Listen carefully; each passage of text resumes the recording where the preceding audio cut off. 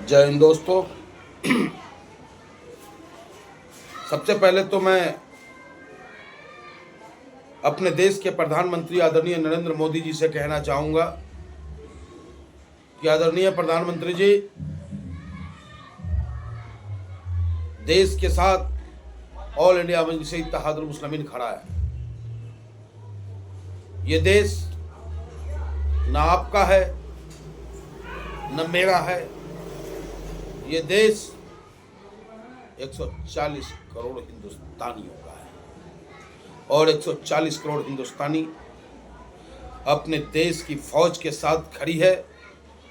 पाकिस्तान के हर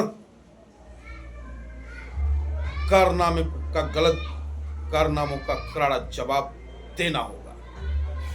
और प्रधानमंत्री जी, आप हमारे प्रधानमंत्री हैं। इस समय तमाम हिंदुस्तानी आपके साथ खड़ा है, लेकिन कहते हैं कि हमारा नेता बैरिस्टर असदुद्दीन ओवैसी साहब कहते हैं कि हम अपने घरों में लड़ेंगे, हम अपने घरों में अपने हक की लड़ाई को मजबूती के साथ लड़ेंगे जब तक ये सरकार वक्फ बोर्ड अमेंडमेंट बिल को वापस नहीं लेता, तब तक हमारी लड़ाई जारी रहेगी। लेकिन ये लड़ाई हमारी है, अपने घर की लड़ाई है। चार भैया होता है, जमीनों का बंटवारा होता है, तो ये लड़ाई हम लड़ते रहेंगे। लेकिन पाकिस्तान को जिस तरीके से हमारे नेता ने जवाब देने का काम किया, पाकिस्तान को हमारे नेता बैरिस्टर असदुद्दीन ओवैसी साहब ने कहा कि अबे ओए पाकिस्तान, खुद की मलेरिया की दवाई तो तू बना नहीं सकता, पैरासीटामोल बना नहीं सकता, तू साइकिल की टायर तक नहीं बना सकता, और बात करता है न्यूक्लियर बम चलाने की। कैसा मुसलमान है तू? कौन सा इस्लाम है तेरा पाकिस्तानी जो शैतानों जैसी हरकत करता है और अपने आप को इस्लाम का ठेकेदार बतलाता है? तू उस चाइना के साथ जाके तू गले मिलता है जिस चाइना ने 20 लाख मुसलमानों को नमाज पढ़ने पर रोक लगा दी, 20 लाख मुसलमानों को शुगर तक खिलाने का कार्य किया उसने, और तुम उस चाइना की गुलामी करते हो और उस चाइना फुसफुसिया बम के ऊपर तुम अपने आप को बहुत बड़ा दादा समझते हो और तुम्हें लगता है कि तुम इस्लाम के ठेकेदार हो गए। ये बातें मैंने नहीं, हमारे नेता बैरिस्टर असदुद्दीन ओवैसी साहब ने भामनी में कही थी। महाराष्ट्र में वक्फ बोर्ड अमेंडमेंट बिल को लेकर प्रदर्शन था, उस प्रदर्शन में उन्होंने पूरी दुनिया को अपनी बातें कही कि हमारे पूर्वज आज हिंदुस्तान में रह गए, जिन्ना के फरमान को, टू नेशन थ्योरी को अपने जूतों की नोक से ठोकर मारा।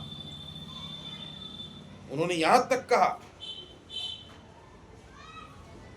कि अगर हमारे पूर्वज वहां चले गए होते तो आज इन पापियों को भी ठीक करने में ही हमारा समय खत्म हो जाता। अरे हम किस्मत वाले हैं कि हमारा जन्म हिंदुस्तान में हुआ है, हमारे पूर्वज हिंदुस्तानी हैं। इस हिंदुस्तान की आज़ादी में हमारे पूर्वजों ने बड़ा बड़ा जंग लड़ने का काम किया है।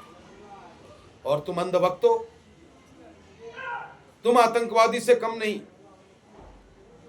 जब तुम जाति पूछ करके किसी के दुकान पे पथराव करते हो, मारते हो, तुम जब जाति पूछ करके उसे मारते हो, नमाज पढ़ते हुए देख करके उस पर थप्पड़ बरसाते हो, दाढ़ी और टोपी देख करके उसकी लिंचिंग करने का प्रयास करते हो, तो तुम भी आतंकवादी हो।